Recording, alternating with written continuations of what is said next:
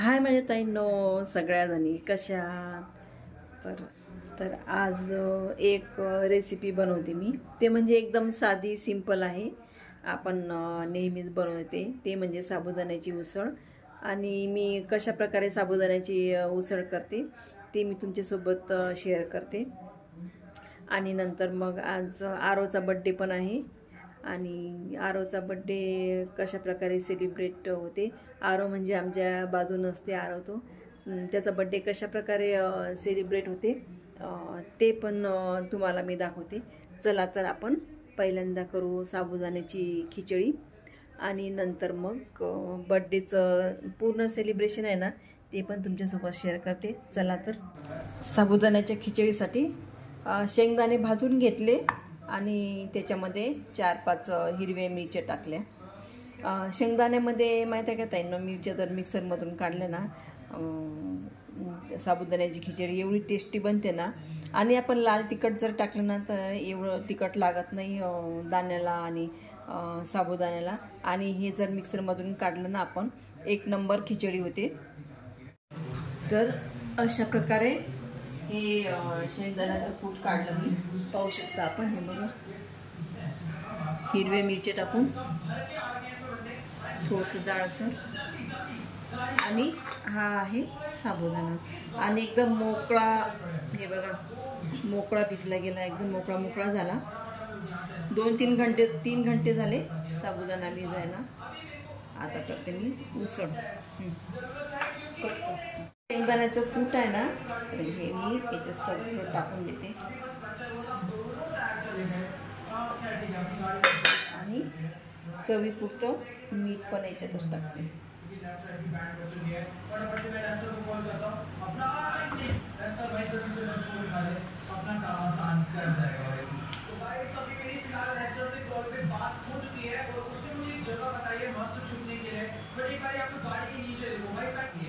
आपला गॅस चालू केला मी आता आणि कढईतलं तेल पण तापलं. आता टाकू आपण कढीपत्ता याच्यामध्ये. आणि कढीपत्ता टाकल्यावर हा आलू आहे बॉईल केलेला. हा बॉईल केलेला आलू घेतला मी एक, आणि हा पण याच्यामध्ये टाकून देते. आणि या आलूला मीठ लागलं पाहिजे म्हणून थोडंसं मीठ पण टाकते ताईंना मी, कारण की आलूला मग छान मीठ लागेल. आणि खिचडी जेव्हा खातो ना आपण आणि त्या आलूला पण मीठ लागलेलं असेल आणि छान लागते ना आलू. आणि खिचडीमध्ये बॉईल केलेला आलू जर टाकला ना आपण तर खूप छान खिचडी होते. मुलं पण खातात आवडीने.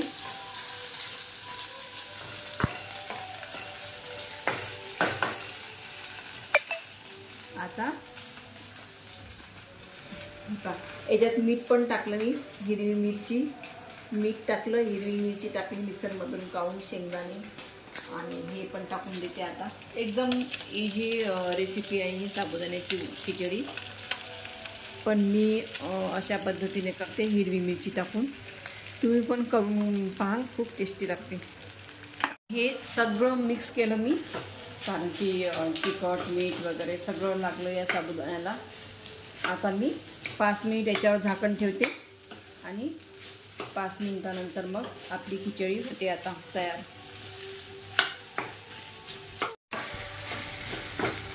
आता मी याच्यावर ठेवते झाकण.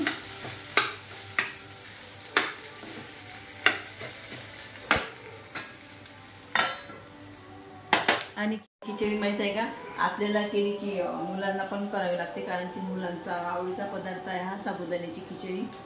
त्याच्यामुळे मग माहीत आहे का, मी महिन्यातून एकदा तरी खिचडी करते. आणि उपवास वगैरे असला तेव्हा पण करते. आणि आता माहीत आहे का, उपवासाचे दिवस चालू आहेत, तर त्याच्यामुळे मग तुम्हाला जर उपवास असतील ना तर एक वेळा अशी साबुदाण्याची खिचडी करून पहा. म्हणजे शेंगदाण्यामध्ये मिरच्या टाकून ते मिक्सरमधून काढून घ्या आणि ते तशी खिचडी बनवा, तुम्हाला पण आवडेल. आता खिचडी छान झाली आपली. थोडीशी मी टाकते साखर याच्यामध्ये. साखरने खूप छान टेस्ट येते साबुदाणा खिचडीची, त्याच्यामुळे मग थोडीशी साखर टाकते.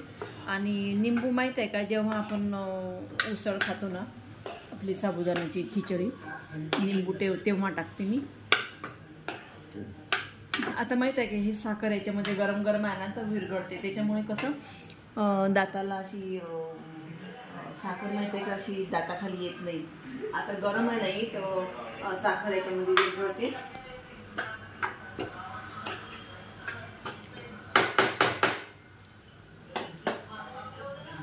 आता साबुदाणा खिचडी सर्व करूया प्लेटमध्ये. खूप गरम आहे आणि गरम गरम खूप छान लागते.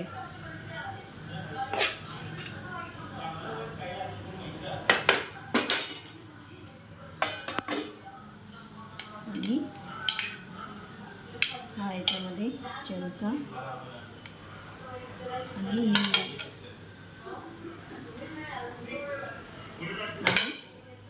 छान निंबू याच्यामध्ये आणि छान आता लिंबू टाकून पिळून घेते लिंबू मी.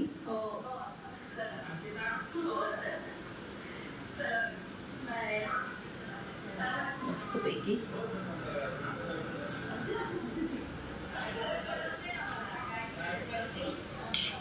हिरवी मिरची जे टाकली ना ताई मी त्याच्यामुळे वेगळीच टेस्ट येते आपल्या साबुदाण्याच्या खिचडीला.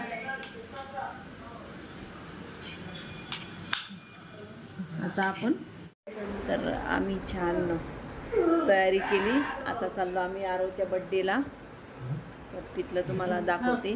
आरवचा बड्डे कशा प्रकारे सेलिब्रेट करतात ते.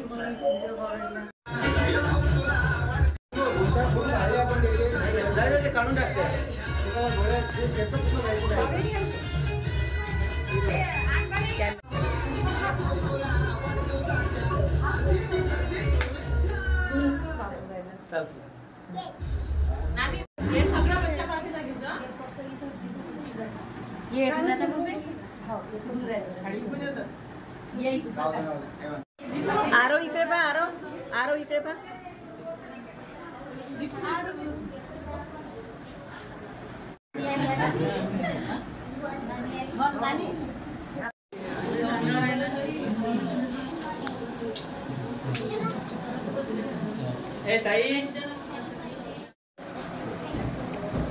थांब एक मिनिट.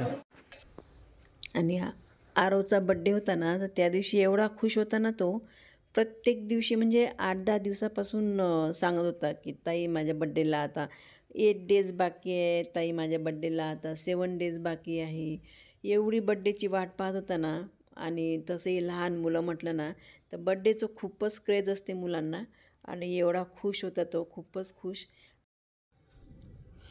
आरवला 2 आत्या आहेत आणि ह्या आहेत ना ह्या पण आरवच्या आत्या आहेत. आणि एवढा लाडका आहे ना तो आत्याचा तर आहेच, पण मावशी मामाचा खूप लाडका आहे आरव. खूप लाड करतात कारण की तो आहेच एवढा क्यूट. आरव खूपच क्यूट आणि एवढा छान बोलते ना. प्रत्येक गोष्ट घरातली कोणतीही असो मला दाखवायला आणीन पहिल्यांदा. आणि रोज माहीत आहे रोज सकाळी शाळेत जाते ना तर मला बाय करून जाते आरव. त्याची मम्मी ताई म्हणते ना मला, तर तो पण मला ताईच म्हणते. ताई खूप. आणि कोमलसुद्धा माझ्या लहान बहिणीसारखीच आहे. ती पण मला प्रत्येक गोष्ट विचारते मोठ्या बहिणीच्या नात्याने. आणि माहीत आहे काय, खूप दिवसापासून कोमलचं पण चालू होतं ताई बड्डे असं करायचा तसं करायचा. किती स्वप्न असतात ना आईवडिलाचे की आपल्या लहान मुलाचा बड्डे असं करायचा म्हणून.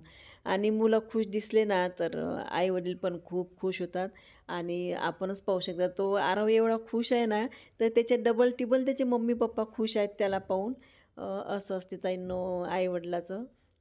मुलांविषयी माहीत आहे का वेगळीच खुशी असते. सकाळपासून तो खुश होता ना तर त्याच्या डबल टिबल त्याचे मम्मी पप्पा खुश होते. खूपच खुश होतो त्या दिवशी बड्डेच्या दिवशी की माझा बड्डे आहे, माझा बड्डे आहे. आणि किती करतात ना आईवडील आपल्या मुलांसाठी. आणि ही आहे आरवची मावशी चैतू. आणि हिचा पण खूप लाडका आहे, भयानक लाड करते ती पण.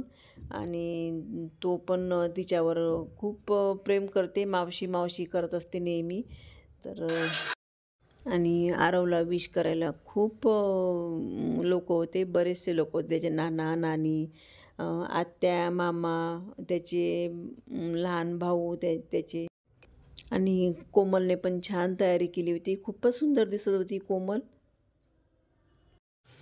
आणि जेवण पण एवढं छान ठेवलं होतं ना, म्हणजे मुलांना पण आवडीन आणि आपल्याला पण आवडेन असे जेवण ठेवलं होतं. म्हणजे पावभाजी, पुलाव आणि स्वीटमध्ये गुलाबजामुन, खूप छान जेवण केलं होतं आणि अतिशय छान प्रोग्राम झाला होता हा.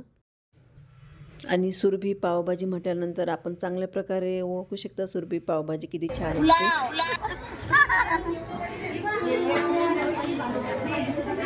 छान झालं पण ताई, टेस्टी आहे स्वयंपाक. आणि नंतर शेवटी बसल्या आरवच्या आत्या आणि मावश्या सोबत जेवायला. आणि सगळ्याजणी एवढ्या छान आहेत ना, खूप छान स्वभाव आहे सगळ्यांचा. तर ताईंनो, अशा प्रकारे आमच्या आरवचा बड्डे सेलिब्रेट झाला. तर तुम्हाला आवडला असेल तर नक्की माझ्या व्हिडिओला सबस्क्राईब कराल, लाईक कराल, शेअर कराल ताईंनो. आणि माझा व्हिडिओ पाहिल्याबद्दल खूप खूप धन्यवाद सगळ्यांचे.